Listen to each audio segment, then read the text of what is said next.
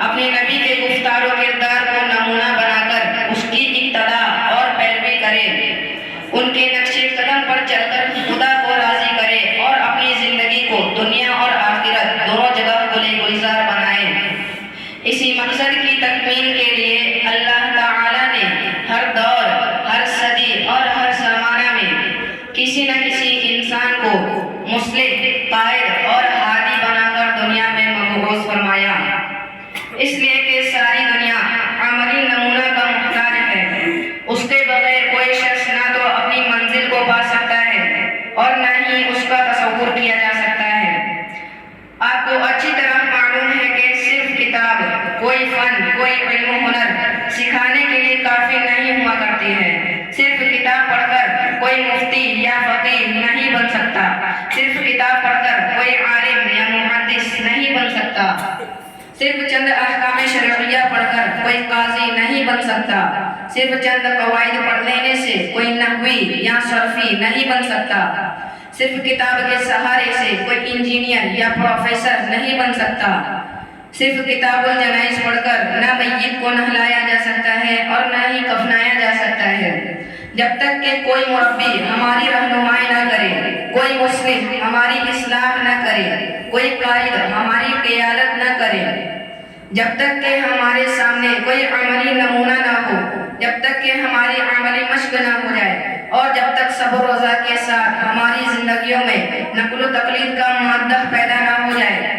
اس وقت تک نہ تو ہم کامیاب ہو سکتے ہیں اور نہ ہی ہماری زندگی سے فلاح و بہبود کی امید کی جا سکتی ہے۔ اسی لیے حضرت آدم علیہ السلام سے لے کر پیغمبر آخر الزمان صلی اللہ علیہ وسلم کے دور مبارک تک ہر زمانہ اور ہر صدی میں کسی نہ کسی نبی اور پیغمبر کو مصلح، قائد، رہبر اور ہادی بنا کر دنیا میں مبعوث کیا جاتا رہا۔ قرآن کہتا ہے وَإِن مِّنْ أُمَّةٍ إِلَّا خَلَا فِيهَا نَذِيرٌ، دنیا میں کبھی کوئی ایسی امت نہیں گزری جس میں کوئی ڈرانے اور دھمکانے والا موجود نہ ہو۔ میرے دوستو، جب انبیاء کرام کی بعثت کا سلسلہ ختم ہوا تو عبداللہ کے در یتیم، آمینہ کے لال، عبد المطلب کے نور نظر، فخر کائنات، سرور دو عالم محمد عربی صلی اللہ علیہ وسلم کو ختم نبوت کا لازوال تاج پہنا کر دنیا میں مبعوث کیا گیا تاکہ قیامت تک آنے والی امت آپ کے اسوہ کی تقلید کرے، اور تقلید بھی کیسی؟ تقلید کامل، زندگی کے ہر شعبہ میں، اٹھتے بیٹھتے، کھاتے پیتے، سوتے جاگتے، چلتے پھرتے، ہر جگہ اور ہر آنے سنت کی پیروی کی جائے، ہر جگہ آپ کی تقلید کی جائے، ہر جگہ آپ کا نمونہ تلاش کیا جائے۔ اسی لیے آپ صلی اللہ علیہ وسلم کے ضحک و تبسم، صلح و جنگ، صبر و رضا، غیظ و غضب، آمد و رفت، سفر و حضر، مزاج و مزاج، غرض آپ کی ایک ایک نقل و حرکت کو پوری امت کے لیے شریعت بنا کر پیش کیا گیا ہے۔ آپ آخری نبی اور آخری رسول ہیں۔ آپ پر نازل کردہ کتاب قرآن مقدس بھی آخری کتاب ہے، آپ کا لایا ہوا مذہب بھی آخری مذہب ہے۔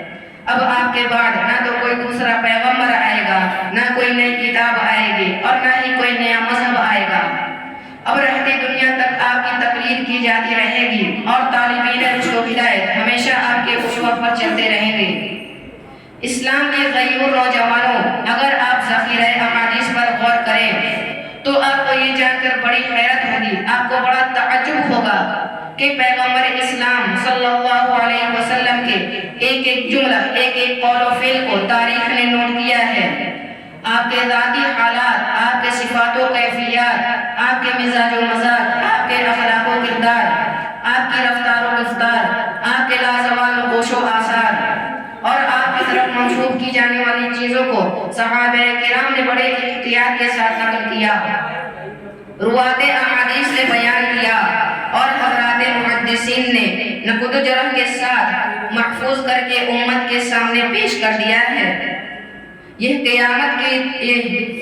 یہ قدرت کی طرف سے ایک اچھا انتظام تھا، اس لیے کہ آپ کے مذہب کو قیامت تک باقی رکھنا ہے، ورنہ جس طرح دنیا انسانیت کی تاریخ میں سینکڑوں عظیم افراد پیدا ہوئے اور دنیا سے چل بسے، ان کی تاریخیں مٹ گئی، اسی طرح آپ کی سیرت بھی مٹ چکی ہوتی، نہ آپ ہوتے اور نہ آپ کا ذکر خیر۔